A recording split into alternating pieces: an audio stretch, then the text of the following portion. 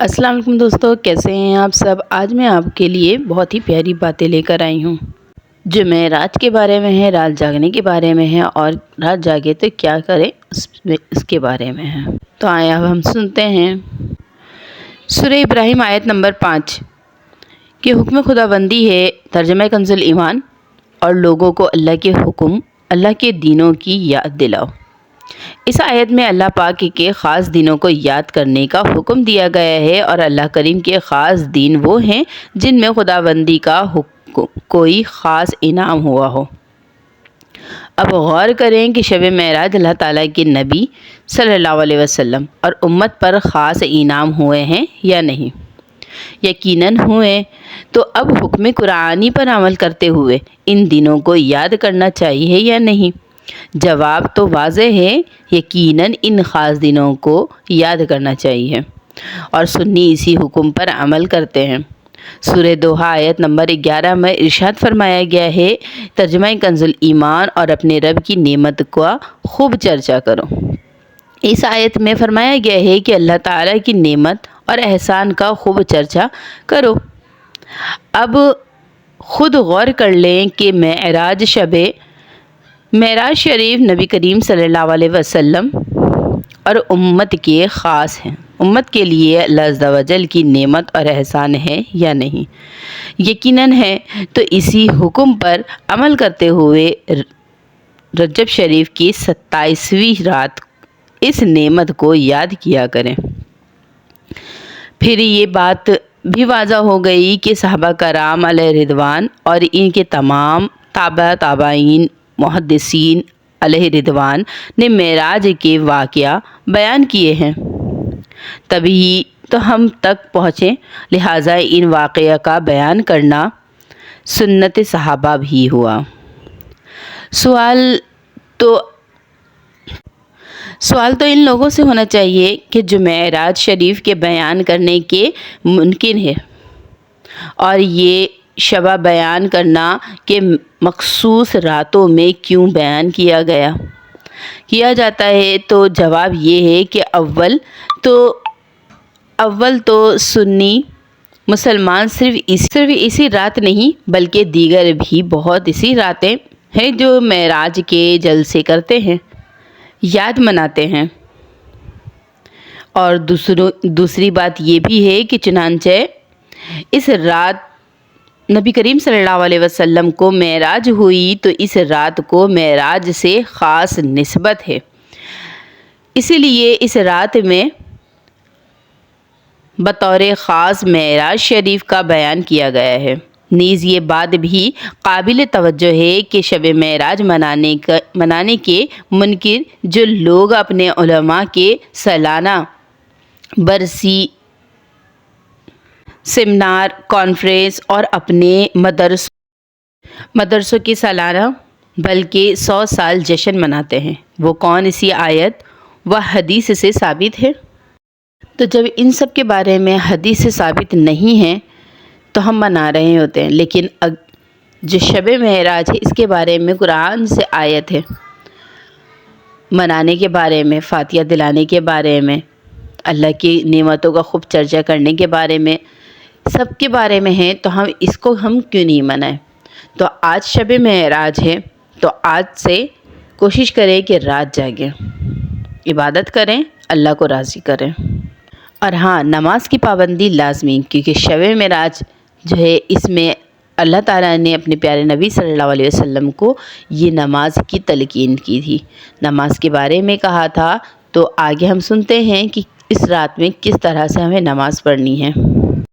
تو آئیے ہم اب نماز کے بارے میں سنتے ہیں کہ شب معراج کی رات خاص عبادت کون سی ہے۔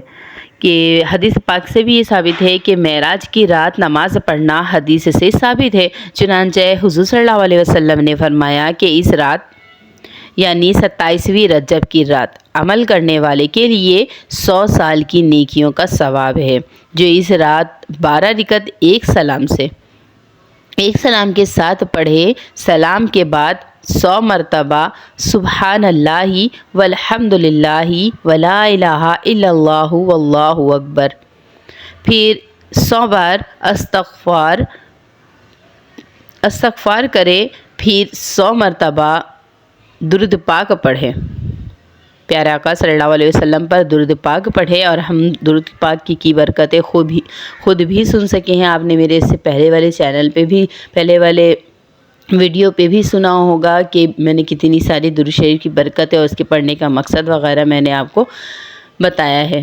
تو پیارے آقا صلی اللہ علیہ وسلم پر 100 مرتبہ درود پاک پڑھنا ہے، اور دنیا و آخرت کے معاملات میں سے اپنے لیے جو چاہے دعا مانگے، اور صبح کو روزہ رکھے، اللہ پاک اس کی پوری دعا قبول فرمائے گا، سوائے گناہ کے۔ گناہ کے علاوہ جتنی بھی دعا کیا جائے جو جائز ہے وہ اللہ عز و جل ضرور قبول فرمائے گا۔ تو یہ ہمارے لیے بہت اچھا، بہت خاص موقع ہے کہ ہم اس رات کو جاگ کر کے پیارے آقا صلی اللہ علیہ وسلم پہ درود پاک بھیجیں۔ درود پاک کی برکتیں ہم نے سن چکی ہے کہ درود پاک بھیجیں، اور درود پاک بھیجنے کے بعد اللہ عز و جل سے جو چاہے ہم مانگیں، انشاءاللہ عز و جل اللہ عز و جل ہمیں وہ دے گا، عطا کرے گا، سوائے گناہ کے۔ گناہ کرنا، ناجائز کاموں سے بچیں، اور ناجائز باتوں سے بچیں، اور ناجائز دعا بھی نہ کریں، جائز دعا کریں۔ انشاءاللہ عز و جل پوری جائز دعا کو اللہ عز و جل قبول فرمائے گا۔ تو آپ، یہ رات جو ہے 1000 راتوں سے افضل رات ہے، 1000 راتوں سے افضل رات ہے۔ جو بھی مانگا جائے مانگ لو اس رات، کیونکہ مانگنے والا کبھی بھی خالی نہیں جاتا ہے۔ مانگنے کا مزہ جو ہے نا اسی رات میں ہے، جتنا کچھ مانگنا ہے اسی رات کو مانگ لے۔ اللہ پاک سے دعا ہے کہ اللہ پاک ہر کسی کی دعا کو قبول فرمائے، ہر کسی کی حاجت کو پورا کرے۔ جو جائز حاجت ہے اللہ پاک اس کے لیے ہر جائز دعا کو قبول فرمائے، اس کے لیے آسانی پیدا کرے۔ جو پریشان ہے اللہ اس کی پریشانی کو دوری کرے، اور جو محتاج ہے اللہ اپنے سوا کسی کا محتاج نہ رکھے۔ اللہ جو بے روزگار ہے اللہ اس کو روزی دے، خلاصہ روزی دے، اس کو حلال روزی دے۔ اللہ عز و جل رزق حلال عطا فرما۔ اور میری یہ بھی دعا ہے کہ ہمارا رزق جہاں پہ لکھا ہے ہمیں وہاں تک پہنچا، حلال رزق دے، حرام روزی سے ہمیں اجتناب کرنے کی توفیق عطا فرمائے۔ اس رات کو جو مانگیں گے انشاءاللہ پورا ہوگا۔ تو آئیے ہم سب مل کر کے آج رات جاگ کر کے ہم انشاءاللہ عز و جل خوب دعا کریں۔ اللہ عز و جل چاہے تو ہمیں ہر کچھ دے گا آج کی رات۔ پیارے آقا صلی اللہ علیہ وسلم کے وسیلے سے ان پر درود پاک بھیجے ہیں، تو درود پاک کی وسیلے سے جتنی درود پاک بھیجے ہیں ان کا واسطہ دے کر کے مانگیں انشاءاللہ عز و جل، کیوں دعا قبول نہیں ہوگی؟ انشاءاللہ عز و جل ہماری سب دعا قبول ہوگی۔ بس اللہ کو راضی کرنا ہے آج کی رات۔ اللہ کو راضی کر لیا تو انشاءاللہ دنیا اور آخرت دونوں سنور جائے گی، اور اللہ راضی نہیں ہو تو ہماری دنیا اور آخرت دونوں خراب رہے گی۔ بس اللہ کو یاد کریں، اللہ سے مانگیں، اور اللہ کو راضی کریں۔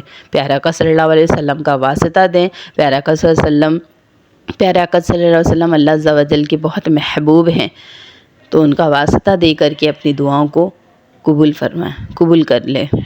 اس چیز کی دعا کریں کہ اللہ عز و جل پیارے آقا صلی اللہ علیہ وسلم کے صدقے ہماری تمام جائز حاجت قبول فرما لیں۔ میں بھی دعا کروں گی، آپ بھی ہمیں دعا میں ضرور یاد رکھیے گا۔ جب تک کے لیے مجھے اجازت دیجیے، اللہ حافظ۔ اور اگر ویڈیو پسند آئے تو لائک کیجیے گا، اور اسی طرح کی کوئی ویڈیو دیکھنی ہے تو آپ میرے چینل کو سبسکرائب کریں۔ اللہ حافظ۔